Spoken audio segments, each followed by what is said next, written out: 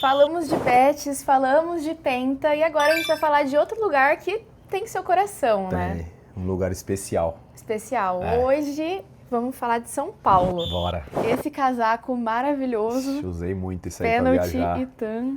Você dá pra perceber que eu vou guardando algumas coisas, né? Ao longo da minha trajetória, pelos clubes que eu joguei. Esse agasalho aqui, obviamente, é agasalho de viagem, de concentração.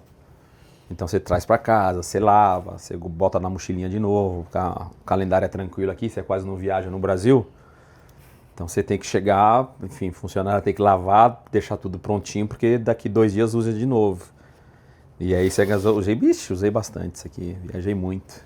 Isso aqui foram 4 anos, né, de profissional, então viajei bastante usando esse agasalho aqui.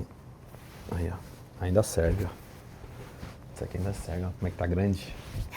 Ó, isso aqui ainda serve. Dá pra usar ainda, hein? Dá, aí, ó. Sair na rua com ele. Aí, dá uma volta, boleirão. Bonita aí. Tá legal, ó.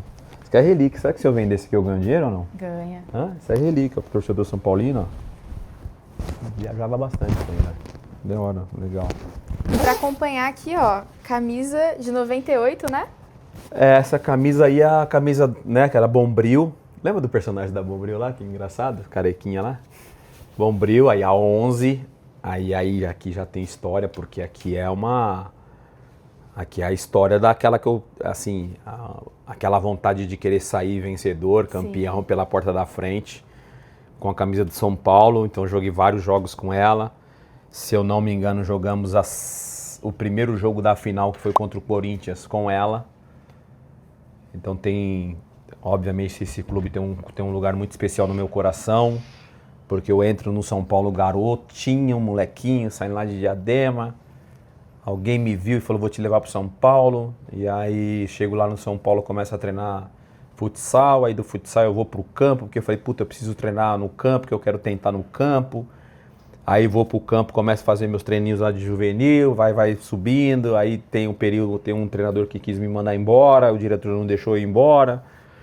E aí vem a história de eu subir profissional, fazer meu primeiro treino assim, aleatório, assim, né? Porque o juvenil tava lá no CT, o cara falou, preciso de 3 jogadores. Aí o treinador da época falou, vai você, você e você. E eu era um desses aí, né, dos 3. E aí eu treinei lá contra Cafu, contra, acho que Palinha, Pintado, pô, aquele time de São Paulo que era uma coisa de louco, né? E você vai pensando na história, o São Paulo vivia um momento muito bom, assim, ó. São Paulo era em 94, né? Tinha acabado de ser bicampeão da Libertadores e Mundial. São Paulo vivia um momento assim, um clube exemplo, um negócio de louco, São Paulo na época. E aí veio que hoje é a Sul-Americana, a Conmebol, Copa Conmebol. E aí o Tele, na época, não queria rodar o time dele titular. Aí ele montou um time que foi apelidado na época de Expressinho, que aí era eu, enfim, Caio Ribeiro, Pereira, Pavão, Rogério Ceni, Toninho, Mona. Então tinha uma galera que treinava como profissional, alguns ficavam no banco e tal. Por caso do Juninho Paulista, por exemplo, ele ficava lá no banco no profissional e descia para jogar titular com a gente. O Juninho jogou 2 jogos num dia só, no Morumbi. Essa história é engraçada. E essa camisa tem um significado grande, né? Esse clube tem um significado grande, porque foi o que eu falei antes, assim, eu tinha um desejo de sair campeão, porque eu só iria jogar o Campeonato Paulista na Paulista, e se eu não me engano, acho que um pedaço da Copa do Brasil, alguma coisa assim, porque eu lembro que eu joguei o último jogo lá acho que até com a camisa tricolor, contra o Vasco em São Januário, um jogaço, 5-4, 4-3, alguma coisa assim pro Vasco. E eu joguei muito também esse jogo. Esse literalmente foi meu último jogo, né? No Morumbi foi a final do Paulista, e já no meio da semana a gente joga contra o Vasco em São Januário. E aí lá em São Januário eu realizo a minha última partida com o Vasco, contra o Vasco, porque de lá a gente já ia se apresentar com a seleção, não necessariamente do Rio, mas a gente já iria se apresentar para a seleção para a Copa do Mundo de 98. E aí eu conquisto o título paulista com a branca, né? Com o uniforme, número 1, né? Que é bonito também, mas essa tricolor é muito bonita. São Paulo eu guardo no meu coração, assim, é uma parte bem especial, porque hoje, obviamente, como eu sou pai, né, eu fico imaginando, pô, será que se meu filho falar, tô indo pra jogar no UFC alguma coisa, eu sei lá, com 11 anos, 12 anos eu falar, vai, eu não sei se eu teria coragem de falar, não. Então às vezes eu me coloco no lugar do meu pai, tipo, me liberando, deixando, porque na época eu com 12 anos de idade, eu tava dormindo debaixo das arquibancadas ali do Morumbi, com, sei lá, 25, 30 garotos da minha idade. Né, dentro dessa concentração, você tinha os jogadores que eram mais velhos que a gente também em outro quarto e assim por diante. Tal, de repente, pô, muda pra cá. Pô, tá aí um muda pra cá, que aí já é Barra Funda. Que aí você sai, pô, é muito louco, porque eu saí num espaço muito curto de tempo, Gil.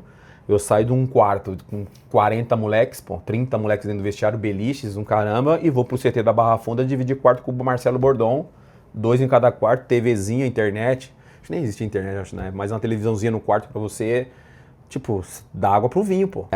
E aí, porra, quando você começa a jogar, ganha confiança, o Tele e o Muricy, pô, eles foram incríveis comigo. Aí, porra, meu pai sempre pegando meu pé, minha mãe. E aí eu fui, né, galgando, subindo, ganhando confiança, até começar a me tornar ali uma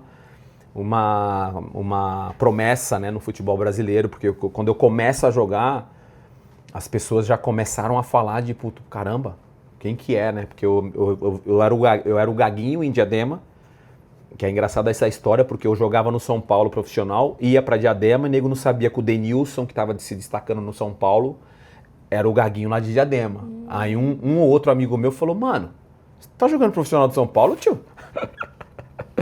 Eu falei, tô, mas eu ouvi na rádio um Denilson de Diadema. Eu falei, Denilson de Diadema, os caras nem sabiam o meu nome. Eu falei, sou eu, mano. Ah, que da hora. Então as pessoas em Diadema não estavam meio que linkando que aquele neguinho lá do Ouro Verde que jogava na Várzea era o mesmo que tava jogando na quarta-feira à noite no Morumbi lotado, assim.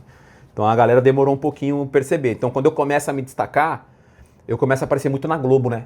Dá muita entrevista na Globo. E aí é um tiro, né? A Globo é um canhão, né? E aí a galera começa a me reconhecer lá nas ruas de Diadema.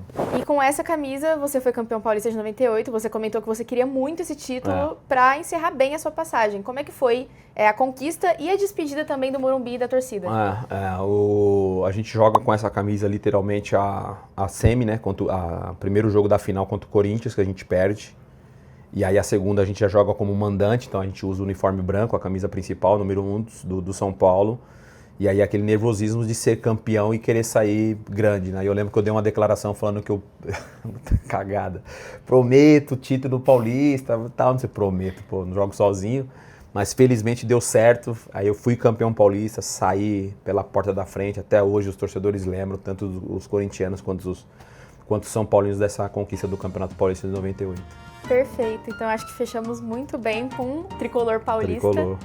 E no próximo episódio a gente vai falar de coisas não tão boas, viu? Já vou te avisando. Bora, tô pronto. Tá pronto? Tô pronto. Então é isso.